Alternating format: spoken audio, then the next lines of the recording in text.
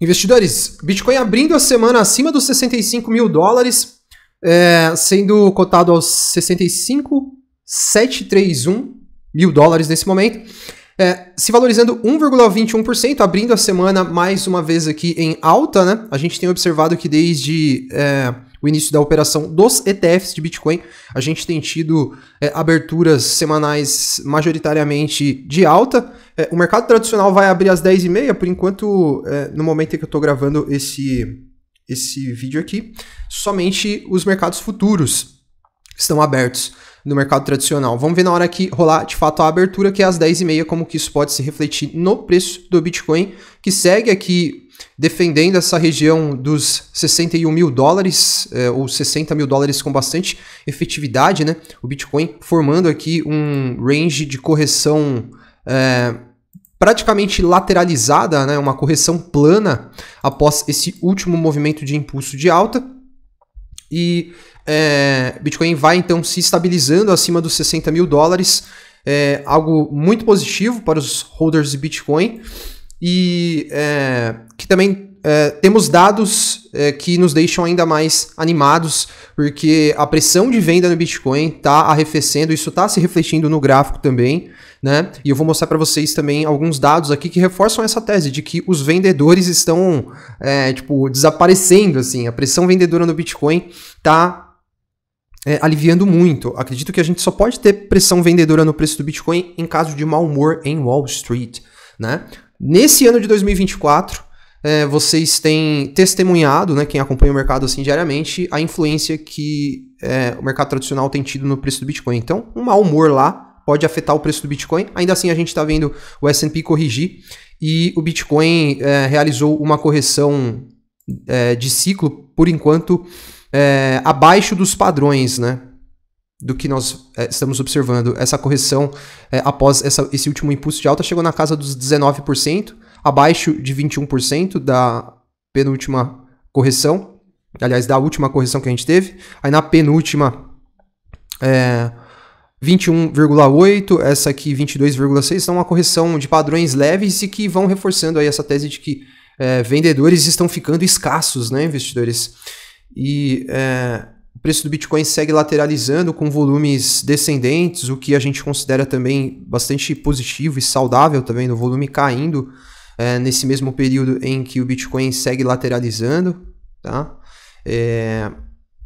O Bitcoin no 4 horas caminha para testar uma região de resistência bem relevante, bem importante, né? Vou mostrar para vocês aqui. Uma resistência baseada em volume financeiro por faixa de preço lá nos 67.500 dólares. No 4 horas o Bitcoin até formou aqui uma sequência de pivôs de alta, meio custosos esses pivôs de alta, sem muita convicção, mas o Bitcoin se sustentando e quem sabe querendo testar então a resistência ali dos 67.500. Romper essa região significa a possibilidade de entrada em um bullish momentum novamente com o Bitcoin, quem sabe até testando as máximas históricas novamente, investidores, mas vamos ver como que ele pode se comportar em um eventual teste naqueles 67.500. Bitcoin está aqui testando também a média de 20 no diário, que está ali em 66.500, né? Então, Bitcoin testando níveis de preço-chave para a manutenção dessa consolidação lateral aqui. E no semanal, a gente também teve aqui um cenário muito interessante, né? O Bitcoin rompeu uma região psicológica bem importante do ciclo passado, né, a nível de preço, que está sendo demarcado aqui por essa linha tracejada nos 60 mil dólares. Ele rompeu, formou uma nova máxima, não consolidou uma escalada de preço, voltou para retestar esses níveis e, por enquanto, testando com bastante sucesso, né, a gente pode dizer, porque no semanal, olha só, o Bitcoin não fechou o preço abaixo dos 64.830 dólares desde que ele fez o rompimento para cima dessa faixa de preço lá em 26 de fevereiro, né? Na semana de 26 de fevereiro. Então, Bitcoin vai muito bem, obrigado, investidores. E eu vou mostrar para vocês, então, esses dados que, pelo menos na minha análise, mostram que a gente caminha para um cenário de poucos vendedores. Antes eu vou deixar o convite para você que está chegando no canal pela primeira vez, se inscrever e ativar o sininho de notificações para você seguir acompanhando as nossas análises. Aqui eu trago conteúdos voltados a análise de comportamento de preço, de fundamentos e também de mercado dos principais criptoativos, né, do mercado e também do Bitcoin, o maior e o principal de todos eles, né? Então a gente segue, investidores, e não é novidade para ninguém que o principal ETF que tem trazido pressão vendedora para o preço do Bitcoin é o GBTC, né? É o ETF da Grayscale. Quando a gente olha aqui essa tabela com o balanço de entrada e saída nos ETFs no mês de abril, a gente vê que o GBTC é o único que tem outflows, que tem saída diariamente, né? Isso naturalmente gera uma certa pressão de venda do Bitcoin. O preço também deu uma arrefecida porque o fluxo de entrada nos principais ETFs também deu uma arrefecida boa, né? Mas isso seria natural, o mercado ele respira, o mercado realiza movimentos que tiram o fôlego de todos e aí todo mundo precisa dar uma respirada para assimilar esses movimentos, então é natural esse arrefecimento. O que não é natural é esse movimento de venda constante do GBTC. E o ponto positivo que nós temos em relação ao supply de bitcoins que é mantido pela Grayscale é que ele está pouco a pouco acabando, se esgotando, né? Tá vendo aqui? A gente tinha um supply muito maior lá no começo do ano, agora a gente já tem um supply bem menor e a gente consegue ver que à medida que esse supply do GBTC foi caindo bastante, né? Quando ele acelerou a queda aqui, a gente viu que o preço deu até uma estabilizada e aí a defesa dos 60 mil dólares passou a ser talvez até facilitada, né? E a relevância do ETF da Grayscale vai sendo afetada com isso, porque nós temos o ETF da BlackRock e da Fidelity ascendendo, né?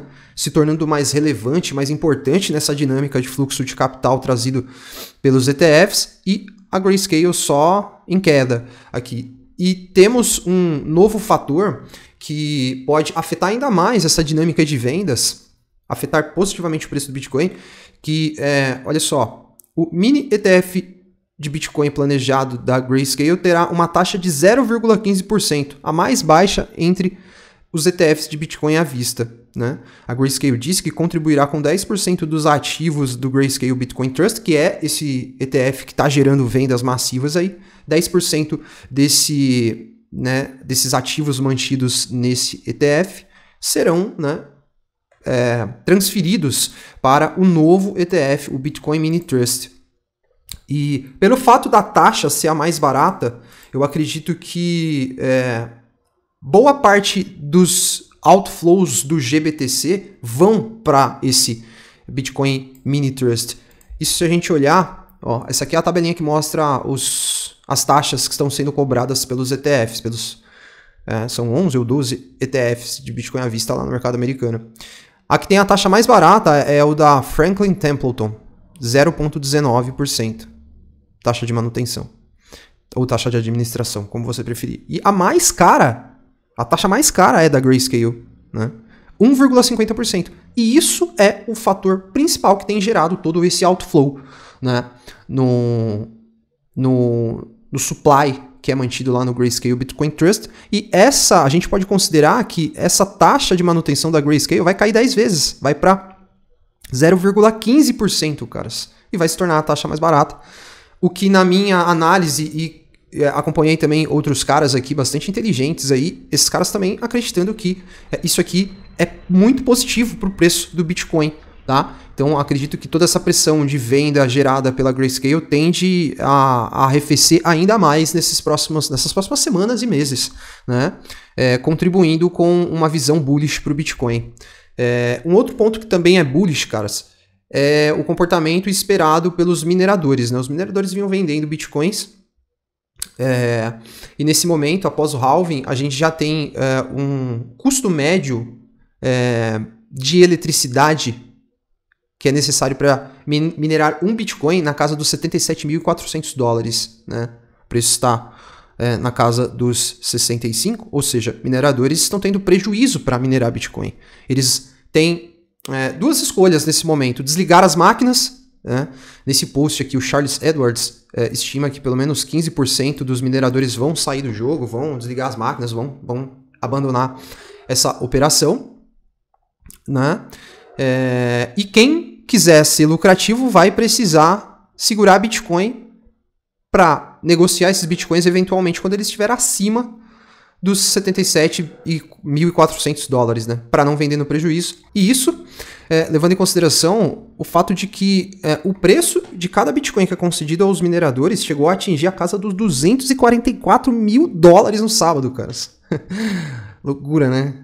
Bitcoin nos 65 mil dólares e os Bitcoins que eles estavam recebendo estavam com esse preço médio de 244 mil dólares. Isso porque as taxas na rede do Bitcoin atingiram uma nova máxima, né? Uma nova máxima histórica. As taxas ficaram mais altas que a Ethereum e as taxas geradas pela rede também são distribuídas para os mineradores, né? E a tendência é que as taxas se estabilizem, né, em níveis pré-halving e que esses mineradores, ainda mais com esse saldo extra de Bitcoins que eles tiveram, né?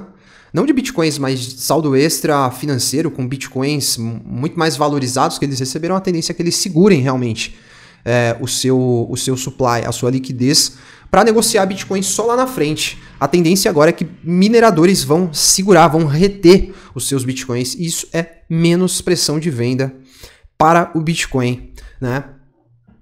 Já falando de uma dinâmica de preço, esse indicador mostra pra gente claramente aqui uma relação entre o funding rate e a movimentação de preço do Bitcoin.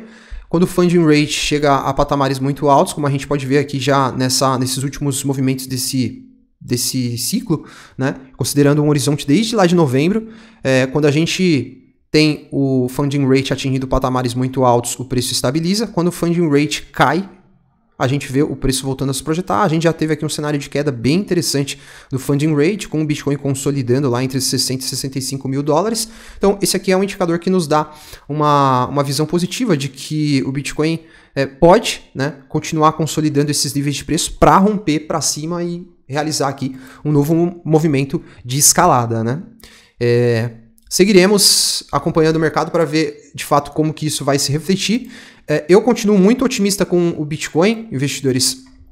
Como falei, a gente precisa, nessa fase do ciclo, ter uma atenção lá com o mercado tradicional também, para ver como é que vai ficar o sentimento dos investidores por lá. Mas eu acredito que o S&P, recuperando um bullish momento, em um bom humor lá, tende a oferecer espaço para o Bitcoin voltar a se projetar para cima, né?